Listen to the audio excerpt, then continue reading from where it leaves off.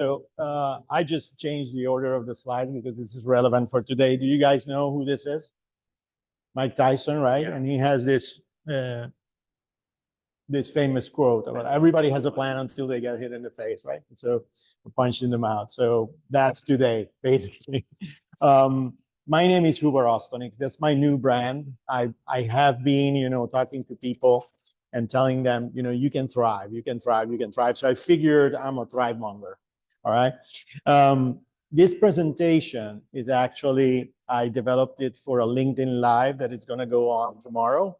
Okay. But I had it on the laptop. And since we are in this situation, here it is for you guys. Okay. That's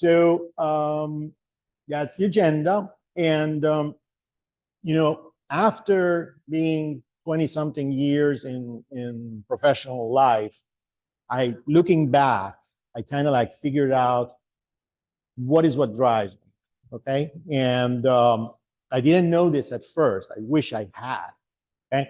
But basically, I seek simplicity. I want to work on interesting problems that matter with people that I love and that care about these problems, and adding as much value as I can, okay? Obviously, being handsomely compensated while I do so, right? So that's what drives my practice. This actually has driven me through a professional life that took me through corporate entrepreneurship and consulting. So I have worked for some of the biggest brands in the industry. I have, given a couple of stints of entrepreneurship. And the last 2 years, I've been doing consulting full-time for large corporations. And I'm right now expanding that into the mid-market. So that's basically what has given birth to this presentation. I specialize mostly in business operations, go-to-market channels and distribution, and customer success in practices. Okay, so I'm going to skip this, and I'm just going to ask you live. What do you guys? So this is actually who has a purpose. So okay, so the presentation is about purpose. Okay, there's lots of people who talk about purpose. How it drives your life, how it allows you to get up in the morning, makes you feel happy and all that. But this is a more pragmatic view on purpose and how it can actually drive your business and make it a self-driving business, okay? If you don't know where you're going, any road will take you there. That's Lewis Carroll. Lewis Carroll is the author of Alice in Wonderland, right? So he said this, but he also said, no good fish goes anywhere without a purpose. It's also one of his quotes. And that's the thing. If you don't have something that makes you move, sometimes you don't go anywhere, right? So part of the content of this is taken out of these books. Okay, everything started with the E-Myth. That's definitely books that I recommend for any person who is in business. And one of the things, one of the main ideas in the E-Myth is this idea of the 3 personalities that every entrepreneur should have, okay? Most entrepreneurs, the way they get to where they are is that they love what they do. They like to do, the things that basically, if you're a baker, you love to bake, right? And, they call that the technician, okay? Or it could be the artisan, right? The person who really likes their craft and loves to do that day in and day out. The problem with that is that that's just one aspect of the business, okay? When you go into business, you also need to be an entrepreneur, look forward, be, bold, brave, go into the world and offer your services and all these different things, right? And build something. And you also have to be a good manager, right? So this is where you keep the books, you make sure that there's cash flow, all that good stuff, so that the business keeps operating, right? Most people stay in this area, right? In the technician area. So Now, you open your business, right? You're the craftsman, you open your business, you're happy, it's the best day in your life, and suddenly you find yourself that scaling is really hard. You keep doing the same things over and over again. It's hard to find good people, to support you. You cannot take your eye off the business. Even if you have employees, you're like, okay, they don't know what they are doing, etc. And it's really hard to get to the next level, right? It's not easy. So in that journey, so what can you do? And these are statistics. This is the local market. This is in Washington State, businesses in Washington State, and this is their revenues. 1 year of revenue. And as you can see, every time you go to the next level, it halves, right? So everybody starts out, okay, I'm making less than 500K, and there's more than 6,000 businesses in that category. The next category, doing it between 500 and 1 million, it's only 4,000 and so forth. So who gets here? So you have the startups, right? People who are, coming out, they have this good idea, etc. Then you have the scale-ups, right? Those guys who are actually successful in taking their business up and, making them go more to the right in these categories. Then you have the screw-ups, and then you have the stall-outs, right? So what's interesting is that if you are, every business, it's gonna happen. Either you're successful, or you get to a point where it cannot operate anymore, or you just get to a point where you're just not growing.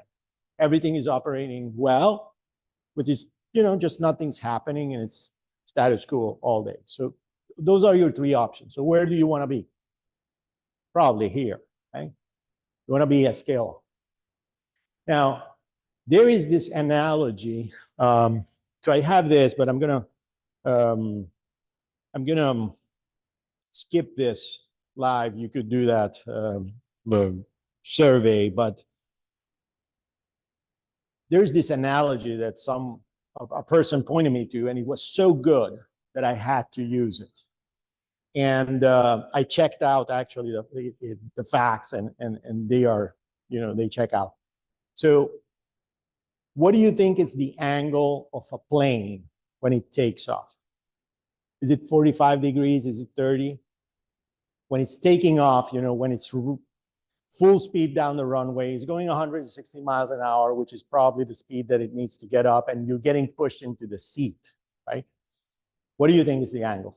Anybody? Just a wild guess. 5, 15, 60? It feels like 60, right? It feels like 60. How about you? I think it's probably very little, less than 5. So Morgan is right on the dot. It's about 15. Okay.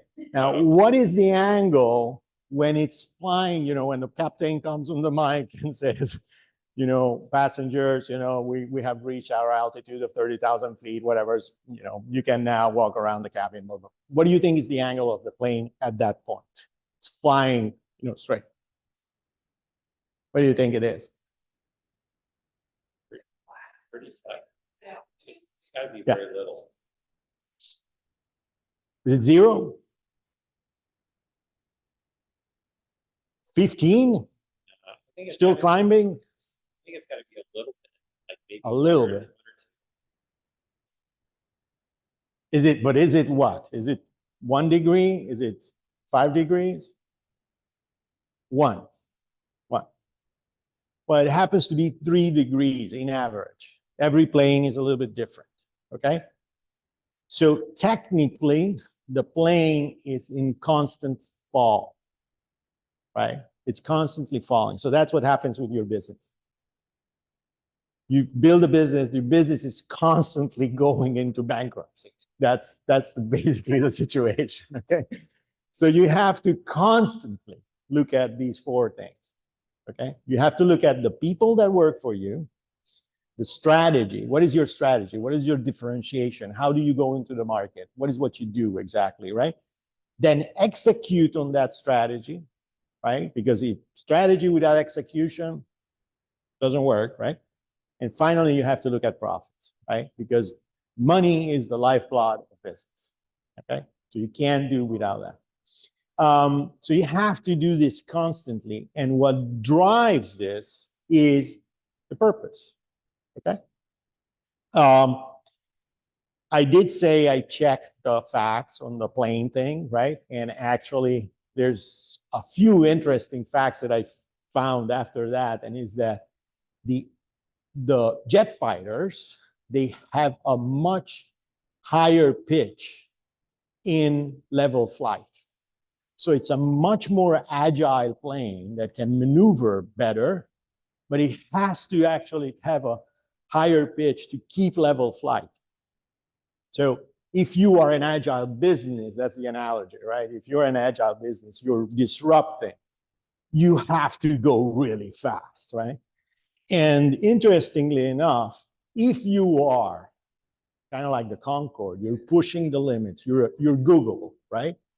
This plane has a negative pitch angle at level flight, okay? It has to actually go down so that it doesn't get out of the atmosphere, right? So those are two interesting things. Anyway, so what does a purpose help in with all of this? What is this BS that Hugo is talking about? Well, first of all, it's going to differentiate you in the market, okay? It's going to set you apart from every other business that's similar to yours. Second, it allows, when you voice that purpose into the market, it allows good people to self-select. So you tell people what you are about, and they say, hey, I want to work for you, right? And it targets the right customers. There's nothing worse than a bad customer, than a customer that doesn't fit, okay? This is actually something that people that work in the customer success area, they will tell you, if you find a customer that doesn't fit your product, you just made the worst decision in your life, because that customer is not going to be happy, going to talk trash about you, going to drive other customers away, right? So there has to be a fit. And the purpose kind of allows you to do that. And internally, this is external, internally to your organization, it helps you to decide what not to do. Okay, and that's probably one of the most important things when you're focusing on something is, no, I'm sorry, I don't do that because that's not what I'm about. Okay, keeps everybody focused on the same goal. So, even when you are not in the room, the people who work for you, they will know where you're going, okay? And everybody is working in the same direction. And finally, it guides decision-making as well. So not only working in the right direction, because you can drive that with processes, okay? You can say, these are the processes that we do, this is how we do things here. But when something comes up that it's not accounted for, that it's a new situation, you have to make a decision. And if you're not around, that purpose can drive that decision in the right way, okay? So that's why you need a purpose for your business, not just for getting up in the morning. So isn't that a mission? We have this mission and vision boards and whatever. So kind of, this is the classic thing that we used to see, but then there is this thing called the BHAG. This was popularized by HP in the 80s, 70s. So now look at this, Google says to organize information and make it universally accessible and useful. So this is very tactical. I'm organizing information and making it useful, right? And Microsoft with the BHAG says, we want to put a computer on every desk in every home. Okay, this is very inspirational, and in the future, it's still very concrete. Now, in the world of exponential organizations and disruption, there is this thing called the massive transformative purpose. And this is even a higher goal. This is aspirational. This is the dent that you want to make in the universe, right? And this is highly aspirational to the point that people really, this is what makes people work for you, when they say, I want to be part of this. And now look at this. Look at how it changes, This is Google's MTP. It says to organize the world's information. So that's, even my voice is breaking while I'm saying that, right? And for Microsoft, from a computer on every desk, they go to empower every person and every organization on the planet to achieve more, right? So you choose. Not everything is, none of these may be the right fit for an organization at their stage. You may want to choose something like this, but if you can get to this point, that's the ideal situation. Now, another layer to this is to have a set of values, but not just, pretty words on a paper, but things that actually drive you in the direction that you want to go. Because even though our purpose drives decisions, the values are even more important in that situation, So how do you craft one? I'm going to try to go a little bit quicker. So basically, you identify a problem or a challenge that resonates with you. You develop a clear and compelling vision of the future, and then you craft a statement about that. And then you develop a plan on how the organization is going to go towards that goal. You communicate it widely to all your stakeholders. This means your customers, the government, the town, 1 million cops, right? Whatever. And finally, you keep monitoring how you are making progress towards that, right? So there's a few tools out there. You can go to my website. There's a tool there, but there's also Peter Diamandis from the X Prize and Singular University has a tool on his website. There's this, you can find this tool as well on my website. So, and then if you have one already, so many people say, I have one, right? What do you do? Well, there's a few things. One is that you have to communicate it extensively. You have to use it all the time. If not, if it's just in a frame somewhere in your building, it's not going to do anything. You have to communicate it in a way where customers, employees see this all the time and they understand why certain things are being done. And you live by it. One thing that I found it was genius is that you use it internally always to justify any decision that you make. And if a person, for example, exceeds their quota or they are performing really well, you tie it back to that purpose. You say, this is awesome. This person is really doing good for the organization because it's helping us get to this goal that we are pursuing. Okay. And finally, you have to monitor progress. If you don't update regularly where you are at to this goal, it kind of loses their thing. This is part of the foundational aspects of building a business that works by itself. An operating system of a business is basically just a fancy way of saying this is how we do things here. Okay, you have the foundational framework on the bottom, the business purpose, the values, and the culture. And on top of that, then it comes the execution layer, right? It's the kind of like the day-to-day operations, which has processes, KPIs, all these different things. And finally, you have this oversight or this management, of the business that it's really the executive team is engaged on looking at where the business is going to go next, right?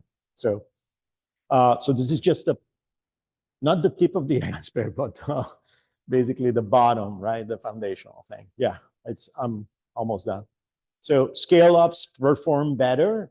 That's another thing. And finally, if you go to this link, you can download this guide about different business operating systems. It's basically a generic version of what's out there and what you can do. And that's it. Thank you, guys. Thanks. So, questions for Ruben? When you go into conversation with possible leads, do you bring forward that massive transformative purpose, or is that something that you're I think that it depends, right? Most business owners, they want tactical things, right? The way they approach these types of engagements is, I want something to improve my revenue or whatever. But you have to kind of like educate them and bring them into that area, right? Because it's very hard to build everything on top if you don't have the framework correct, right? So you have to start that conversation, right? And so I think it's, right hand, left hand kind of thing, where you say, okay, fine, let's do that, but let's do this also, right? Let's take a look at this, right? Yes. So in your presentation, sorry. Welcome. Notes startups tend to propose most of that action. Like they get going, so they discover customers, and then problems come up. How do you work with people who are like already trajectory, but are basically to a certain extent rather on the sport, relying on the wins of the season? So thanks for the question. Everybody is on a trajectory already. There's no such thing as a blank slate, right? So, and every culture is accidental, but it comes from the leadership down, right? So the CEO or the founder is who drives the culture. So you have to work with them and figure out what would be what is your vision, right? Because they don't know what they don't know, and that includes me, right? Coming from a humble, position. But, what is your vision? Where are you trying to get? And now let's figure out if that culture actually supports that, right? Because it may not, and if you have to make changes, then make them, right? Does that answer the question somewhat? It's a consulting answer. Yes.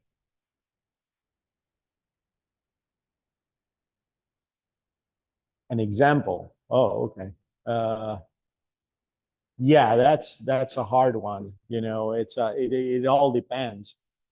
So you leave me at a loss. I'm really bad at examples. So sorry about that. Yeah. Yeah.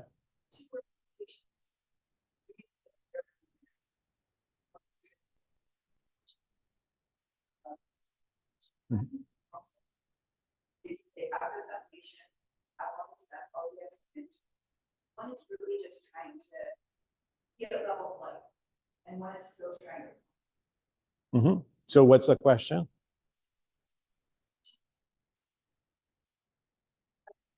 Oh, okay. So that's what they want, actually. That's what they want to do. So growth, you have one that is in high growth, right? The other one is just trying to fly level, right? Are they achieving that? That's the first thing, right? What big is the gap, right? In the case of the level flight, it's more about cleaning up the house, okay? Making everything, so that it operates smoothly, etc. Right? In the high growth situation, one of the things is that growth sucks cash, okay? So you have to figure out how you're going to support that growth, It's not just, hey, I'm gonna go out and find, 100 new customers and whatever. But the thing is, how are you actually going to support those customers once they come in? Got it? Make sense? Yeah. All right.